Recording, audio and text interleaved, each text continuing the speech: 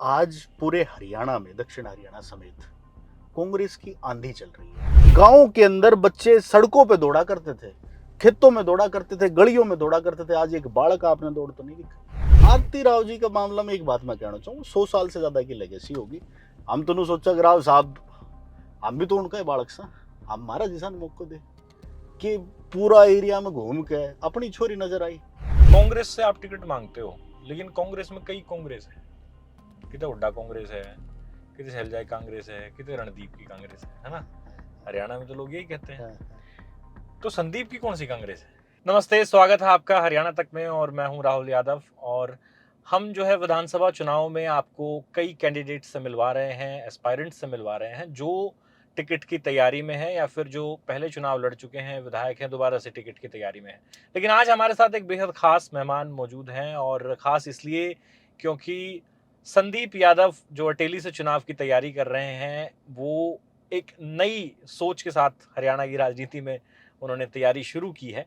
और नई सोच मैं इसलिए कह रहा हूं कि वो भारत जोड़ो अभियान के जो है वो उसमें शामिल थे, और जो योगेंद्र यादव हैं उनके साथ उन्होंने काफ़ी टाइम से काम किया है। इस क्षेत्र में किसानों का आंदोलन हो, चाहे तमाम इस तरह के जन आंदोलन रहे, उनमें वो शामिल रहे हैं। और अब वो टिकट की तैयारी में है, और उनको जो टिकट है वो मांग रहे हैं कांग्रेस पार्टी से। तो संदीप जी, पहले तो आपका बहुत बहुत स्वागत है हरियाणा तक में। नमस्कार राहुल भाई, और जी। सभी दर्शकों को मेरी तरफ से नमस्कार, राम हम्म। राम।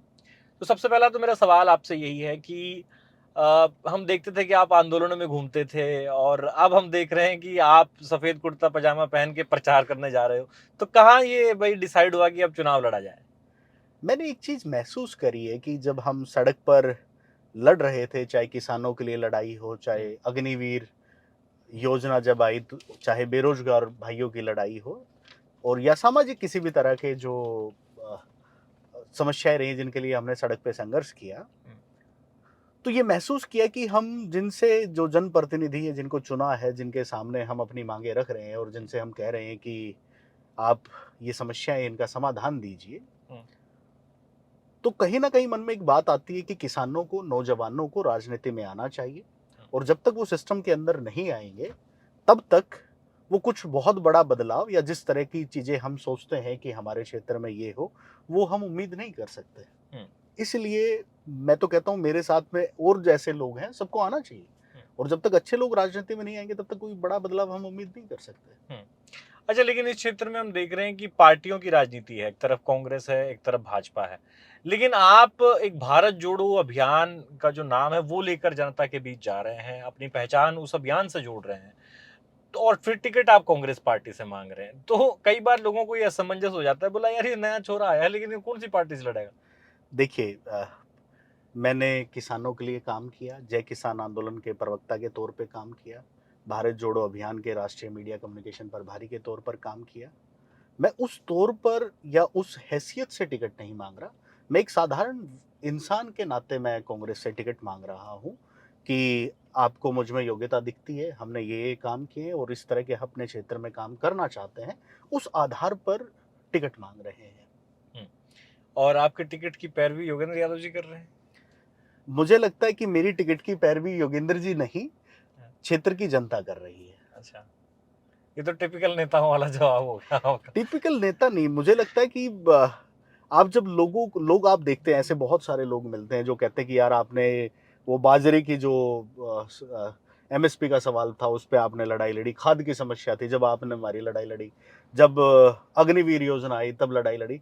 तो जो लोगों की जो समस्या है ना, जब उसके सुख दुख में जब आप खड़े रहेंगे, तो लोग देखते हैं कि आपको नेता के तौर पे मानते हैं कि हाँ, ये व्यक्ति है जो हमारे लिए खड़ा हुआ था।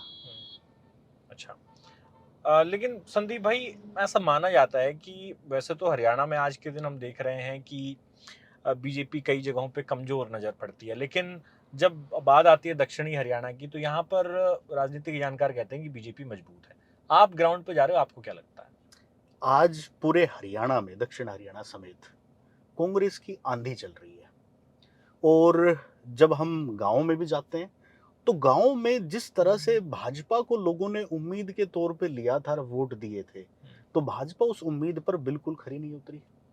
बेरोजगारी का आलम आप ऐसा देखो कि गाँव-गाँव में बाड़का के ठोड़ हैं, जो कति बैठे हैं आराम से, बेरोजगार है, जिनने कोई काम नहीं है, और वो तलाश में है कि यार कोई आए, कहीं से काम मिल जाए। मेरे पास में बहुत सारे लोग सीवी भेज रहे हैं डेली कि भाई साहब कहीं नौकरी का करवा दो, कुछ और करवा दो। ये समस्या है। आप अग्निवीर जैसी समस्या लेके आए। दक्षिण हरियाणा वो क्षेत्र है जो पूरे देश के अंदर गर्व से सिर ठाक के हम कह सकते हैं कि हमारे पूर्वजों ने लड़ाई लड़ी, और लड़ाई इतनी मजबूती से लड़ी कि चाइना भी आज अगर उस इतिहास को, रेजांगला को याद करे तो आज भी उसको डर लगता है। लेकिन भाजपा ने क्या करा? जो मेजर शैतान सिंह का स्टैचू था, जो स्मारक था, जो बनाया हुआ था, जिस पहाड़ी के लिए लड़ाई लड़ी थी, जिसके लिए हमारे यहाँ के जो हमारे बुजुर्ग हैं, जिन्होंने अपने खून की आहुति दे दी, एक एक कतरा बहा दिया माँ भारती के लिए, और भाजपा ने करा क्या? उस स्मारक को तोड़वा दिया। ये बदले में मान सम्मान मिला है। यहाँ बच्चे फौज में भर्ती होने का सपना देखते हैं, बचपन से देखते हैं कि फौज में जाएंगे, फौज में जाएंगे, फौजी बनने का सपना, वो जज्बा उनका, आज भी उनके अंदर वो जज्बा है। लेकिन उनके सपनों को चकनाचूर अगर करा है तो भाजपा सरकार ने करा है। अच्छा। गांव के अंदर बच्चे सड़कों पे दौड़ा करते थे, खेतों में दौड़ा करते थे, गलियों में दौड़ा करते थे। आज एक बालक आपने दौड़ तो नहीं दिखा। आज ही वो हाल से। आज ही जाओ तो सही गांव में, क्या नौजवान तो पूछो, अग भाई बता तेरे खातर के करो, अन्य निकलना मुश्किल है जी गांव बड़न जोगा को नहीं। ये तो वरा को नु समझ लो कि थोड़ो सो घर आए डाको मान सम्मान रख के चुप बैठे जी ना है, तो के मेरे ख्याल से ये थोड़े दिन और यही हालात रहा है, तो घर में गांव में ना बढ़न दी। अच्छा, आपकी अटेली सीट पे ना एक मतलब तगड़ी बात ये होगी कि आरती राव दावा कर रही है चुनाव लड़ने का। इलाके के बड़े नेता की बेटी है, उनकी लॉन्चिंग होनी है, और अब लोग ये कह रहे हैं कि लॉन्चिंग जो है वो अटेली से होगी। तो ये खबर सुन के कुछ घबरा रहे हो क्या आप? ना, बिल्कुल ना। मैं तो ये कहता हूँ जय ने भी नू लागे कि भाई ए क्षेत्र ना आए कि कुछ बदलो जा सके से, उनाणो चाहिए, आगे आना चाहिए, और बढ़िया लोगों की जरूरत है। आरती राव जी का मामला में एक बात मैं कहना चाहूँ, 100 साल से ज्यादा की लेगेसी होगी। हम तो सोचा कि राव साहब, हम भी तो उनका ही बालक सा, हमारा जिसा मौका दे कि पूरा एरिया में घूम के अपनी छोरी नजर आई। तो हम भी तो बालक सा, किसाना का बालक सा, फौजिया का बालक सा, मारते देना मौको, हम करांगा। हम अपनी तकलीफ न हम जाना सा, क्योंकि उन तकलीफा में मारो बचपन बीत्यो, इब जवानी बीत रही से, और रोजमर्रा में वो चीज देखा सा, और आज तक बदलो कौन ना। और ए क्षेत्र ने राव साहब तो झोली भर भर के वोट दिया सी। लेकिन भाजपा ने क्या करो? भाजपा ने इस बार भी जो उनको पद देना चाहिए था वो पद दिया, नाम मात्र का कैबिनेट मिनिस्टर बना दिया, नहीं तो फर्स्ट ऑफ मिनिस्टर मिलनी चाहिए थी।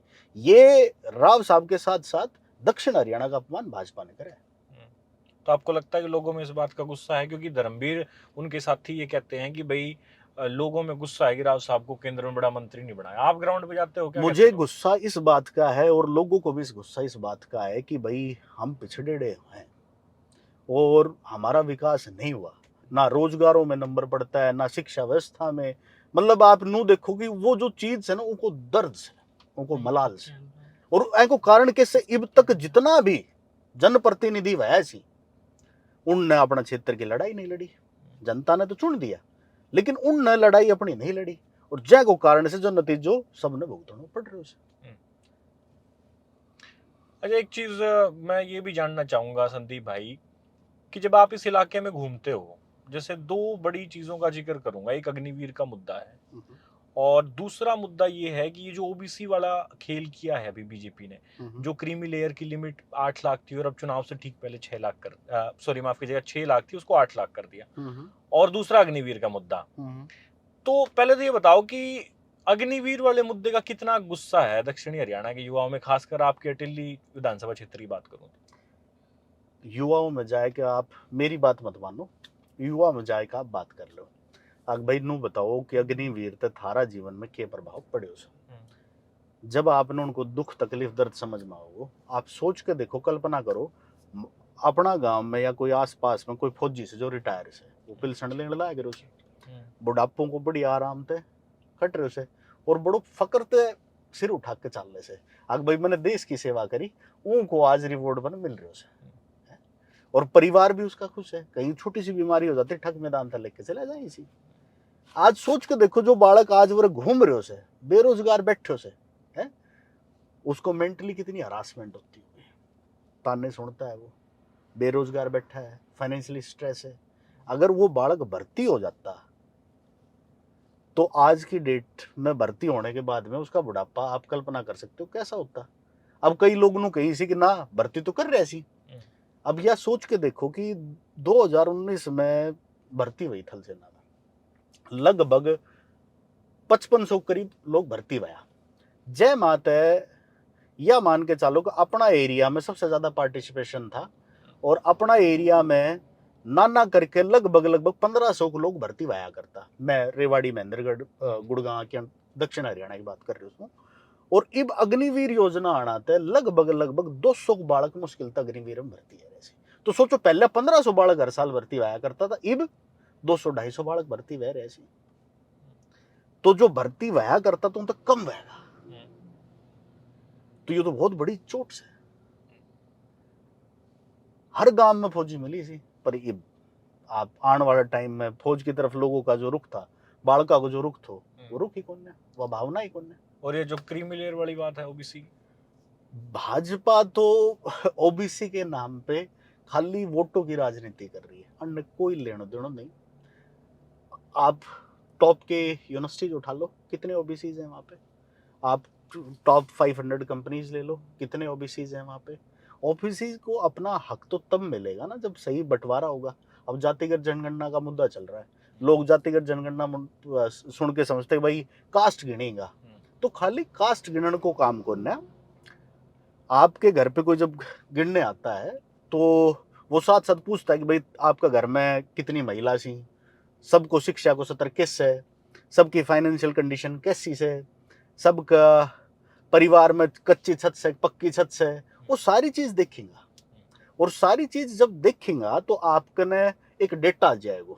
आग भाई समाज में या फलाना गांव में इतना लोग सी जनकन पक्की छत से, इतना सी जनकन कच्ची छत से, इतना इतना पढ़ेड़ा सी, इतना कम पढ़ेड़ा सी, इतना की आमदनी इतनी से, इतना की आमदनी इतनी से, और इतनी महिलाएं हैं जो सेल्फ डिपेंडेंट है या रोजगार कर रही है या वो कम पढ़ी लिखी हैं।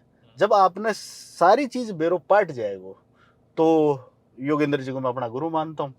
तो वो तो कहते ही कि जब बीमारी का एक्सरे आएगा तो एक्सरे में पता चल जाए किस बीमारी से कितना है इसे, तो हिसाब से आप दवाई बना के तैयार करके लगा सको। मतलब जिन लोगों को ज्यादा जरूरत है, आर्थिक सहयोग की जिसको जरूरत है, आर्थिक सामाजिक स्तर पे, तो उन चीजों के लिए काम करो जा सके। अच्छा, सवाल एक मेरा ये भी है कि कांग्रेस से आप टिकट मांगते हो, लेकिन कांग्रेस में कई कांग्रेस है, कितने हुड्डा कांग्रेस है, कितने सहलजाई कांग्रेस है, कितने रणदीप की कांग्रेस है ना। हरियाणा में तो लोग यही कहते हैं। तो संदीप की कौन सी कांग्रेस है? मेरी कांग्रेस वो कांग्रेस है जिसपे लोग भरोसा किया करते थे, जिसपे आज राहुल गांधी जी जिस दिशा में चल रहे हैं, मैं उस कांग्रेस से बिलोंग करता हूँ। मैं उन सभी कांग्रेस के साथ में हूँ जो इस क्षेत्र को बदलना चाहते हैं। वो कांग्रेस जिन्होंने स्वतंत्रता संग्राम की लड़ाई लड़ी, देश को आज़ाद कराया, मैं उस कांग्रेस के साथ में हूँ। मैं किसी गुटबाजी से नहीं हूँ, जो आप पूछना चाह रहे थे। हाँ, जो क्षेत्र के लोगों के लिए जो काम करना चाहते हैं, जो अटिल्ली को बदलना चाहते हैं, वो दिल से बदलना चाहते हैं, मैं उनके साथ में। अच्छा, बात ये भी आती है कि जब कोई व्यक्ति चुनाव लड़ता है और वो टिकट मांगता है, तो लोगों की बहुत सारी उम्मीदें उससे जुड़ जाती है। जैसे आप कह रहे हो कि वे बच्चों के फोन आते हैं मुझे ना, सीवी भेजते हैं अपना। तो देखो, अब सबको सरकारी नौकरी नहीं दी जा सकती, ये बात बड़ी क्लियर है। तो संदीप भाई, आपके पास इन नौकरियों के वाले मामले पे क्या समाधान है, क्या विजन है? क्योंकि आपने बिजनेस भी किया है, आप बाहर भी रहे हो, क्या समझ आता है आपको? हरियाणा में 4.5 लाख पद सी सरकारी और पक्की भर्ती का 4.5 लाख पद सी। जन में लगभग 2 लाख पद खाली पड़े सी। सबसे पहलो काम तो यो होना चाहिए, 2 लाख भरना चाहिए था। अब लोकसभा में उनके झटको लग गयो तो ने ठग 50,000 भर दिया, और मैंने कुछ विधानसभा में और झटको लग गयो 2 लाख और भरा जाएंगे। ठीक है, हाँ ये बात आपकी बिल्कुल सच है कि सब ने सरकारी नौकरी ना लगाओ जा सके, लेकिन जिस तरह से right to education, right to food अगर एक अधिकार है, वैसी एक व्यवस्था होनी चाहिए कि हर आदमी ने उसकी योग्यता और उसका काम के हिसाब से रोजगार मिले। मेरे कन कल ही शायद एक फोन आया, बोल भाई साहब वो मजदूरी वाली कॉपी बनवानी से। सिंपल बात से उनको कहने को अर्थ हो कि वो मनरेगा का जो वर्कबुक बनती है वो बनवानी है। तो जिस आदमी की जैसी योग्यता है उस आधार पे उसको काम मिले, वो व्यवस्था करी जा सके से और आसानी से करी जा सके से। अगर रिसोर्सों का डिस्ट्रीब्यूशन ठीक ठाक हो की जा सके से, आप वरे रेवाड़ी नीमराणा यो पूरो अपनो इंडस्ट्रियल एरियो છે वराते कई जना सी जो अपना अपना माते अपना भाई सी वे जाई सी नौकरी करने खातर। लेकिन मैं कई याद मिलो कई सीजन को शोषण है रहो से काम 12-12 घंटा लेकिन तनख्वाह 8,000 12,000। ये कौन सुने ऐसे? मुनाफा किसका ज्यादा? कंपनी का ज्यादा। और कंपनी का मुनाफा ज्यादा, टैक्स किसको ज्यादा? सरकार को जा रहा है। अगर उसका भी अगर व्यवस्था ठीक करी जाए, पीछे जब सरकार बनी तो दुष्यंत चौटाला जी कह रहे थे कि बोला 75% हरियाणवियों को नौकरी मिलेगी, वह नौकरी मिली कौन है? अगर ठीक से व्यवस्था होती है, काम करो जातो ना, तो बहुत हालात बेहतर रहता। आज आप देखो अगर न काम करे तो हरियाणा बेरोजगारी में नंबर ना आवे तो नंबर 1 ना आवे तो आज हरियाणा बेरोजगारी में नंबर 1 से। अच्छा, आपने भारत जोड़ो अभियान में काम किया है, भारत जोड़ो यात्रा में आप रहे हैं जी। और राहुल गांधी की मैं बात करूंगा, लीडर ऑफ अपोजिशन वो बन गए हैं जी। उनके स्पीचेस अब हम देखते हैं किस तरीके से वो हमला बोलते हैं सरकार पे। जी। आपको लगता है कि इस भारत जोड़ो यात्रा के बाद जी। राहुल गांधी की वो जो एक पप्पू की छवि पेश की गई थी, जी। क्या वो छवि जनता के बीच खत्म हुई है और राहुल गांधी में कितना बदलाव आपको नजर आया? राहुल गांधी की जो पप्पू की छवि थी वो बिल्कुल खत्म हो चुकी है। और जितने लोगों ने उनको पर्सनली जाना है, मैं यात्रा में था और यात्रा में मैं श्रीनगर तक पैदल गया था। सर्दी गर्मी बरसात हमने सब देखा और जितने लोग उनसे मिले, हर व्यक्ति मिलने से पहले कुछ और सोचता था उनके बारे में कि भाई ये तो एक बड़े राजघराने से हैं और सोने की चम्मच लेके पैदा हुए हैं, ये तो कई तरह की बातें।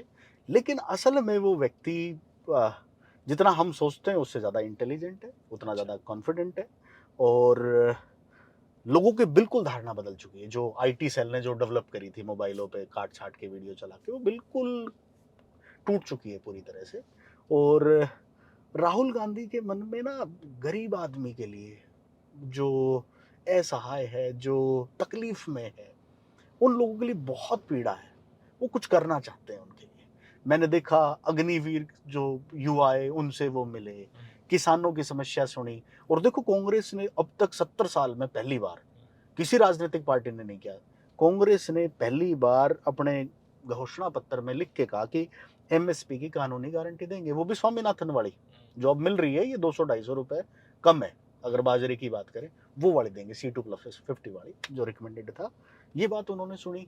तो कांग्रेस का सिस्टम और बीजेपी के सिस्टम में फर्क महसूस मैंने क्या करूं कि बीजेपी तो ऊपर से जो सोचेगा कमरा में बैठ के बात है कि नोटबंदी करनी से इब नू कर लो से इब कर लॉकडाउन लगाड़ो से वो कमरा में बैठ के करेंगे कर दी सी। कांग्रेस की करे से कांग्रेस लोगों तो सुने से जो समस्या सी।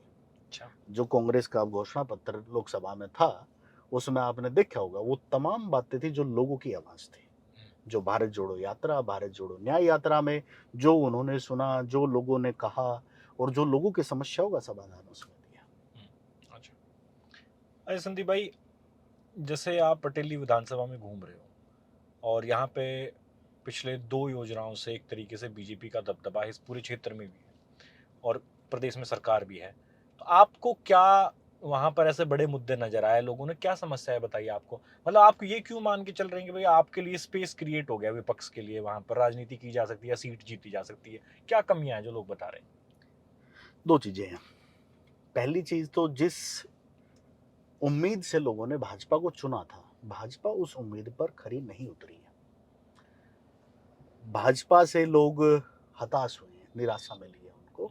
और ये जो निराशा है जिसकी वजह से अगर आप देखेंगे कि पिछली बार लोकसभा के अंदर अटेली से या महेंद्रगढ़ भिवानी सीट से कितने वोट मिले थे और इस बार कितने वोट मिले हैं, तो उसमें आपको जमीन आसमान का फर्क मिलेगा। पहले उम्मीद थी, अब वो उम्मीद टूट चुकी है लोगों की। जिस भरोसे से किया था, अब वहां की समस्याएं शिक्षा को लेके, स्वास्थ्य को लेके, रोजगार को लेके और जो क्षेत्रीय समस्याएं हैं वो ज्यों की त्यों बनी हुई हैं। चलिए, मेरा आखिरी सवाल है संदीप जी आपसे, और सवाल ये है कि अगर अटेली की जनता आपको चुनती है, विधायक बनाकर भेजती है, आप टिकट ले आते हैं मान लीजिए, तो पहला तो सवाल यही जवाब दे दीजिए कि क्यों अटेली की जनता संदीप यादव पर दाव लगाए? संदीप रामबास में क्या ऐसा खास है कि भाई ये अटेली का विधायक बनना डिजर्व करता है? हमने पहले भी सड़क से लेके संसद तक संघर्ष किया है और मजबूती से हर जगह, हर प्लेटफॉर्म पे, हर मंच पे हमने अपनी बात रखी है, हकों की बात रखी है और आगे भी हम इसी तरह से संघर्ष करेंगे। तो ये आपकी पहली बात का सवाल का जवाब है। दूसरा जो आप कह रहे हैं कि बनने के बाद में क्या करेंगे? बनने के बाद में हमने बहुत सारी समस्याओं को, छोटी-छोटी समस्याएँ हैं, जहाँ पर पैसे की ज़रूरत नहीं है। सिर्फ़ एक विल की ज़रूरत है, एक इच्छा शक्ति की ज़रूरत है। अगर वो इच्छा शक्ति मजबूत हो तो वो काम किए जा सकते हैं। दूसरा, काम करने के लिए चाहिए पैसा। अगर यहाँ से कोई नेतृत्व चुनता है, तो उस नेतृत्व की इतनी क्षमता हो कि वो वहाँ पे अपने रिलेशन ऐसे बनाए, चाहे वो डिपार्टमेंट हो, चाहे मंत्रालय हो, चाहे सीएम के साथ हो, किसी के भी साथ में हो, जहाँ पे वो अपने काम करवा सके। वो क्षमता होनी चाहिए उसमें, अच्छा। वो समझ होनी चाहिए। तो वो चीज़ें हैं जो हम कर सकते हैं और मुझे लगता है कि मेरी क्षमता है। जहाँ पे अटेली का जो हक आज तक नहीं मिला है, हम उन हकों के लिए लड़ाई लड़ सकते हैं, संघर्ष कर सकते हैं और उनको ला सकते हैं। तो संदीप यादव हमारे साथ थे और अटेली विधानसभा से टिकट मांग रहे हैं कांग्रेस पार्टी का। इनके कंपटीटर्स भी हैं मैदान में, ऐसा नहीं है। वहाँ पर कई कांग्रेस के नेता हैं, पूर्व विधायक भी हैं, मंत्री भी रहे हैं, तो सब मैदान में हैं। हालांकि सब अपनी तैयारी कर रहे हैं। तो हमारा मकसद है कि आपको अलग अलग दावेदारों से मिलवाएं, उनसे सवाल पूछें, उनका विज़न क्या है वो पूछें, ताकि जनता को ये पता लग सके कि इनके पास क्या उस क्षेत्र के लिए विज़न है और क्यों इनको चुना जाए। तो संदीप यादव ने अपने जवाब दिए हैं और उम्मीद करता हूँ कि इनके जो जवाब होंगे वो आप ध्यान से सुनेंगे और आप अपनी प्रतिक्रिया भी कमेंट सेक्शन में लिखकर ज़रूर बताना। बाकी तमाम इस तरह के लीडर्स से हम आपको मिलाते रहेंगे। आप देखते रहिए हरियाणा तक। शुक्रिया।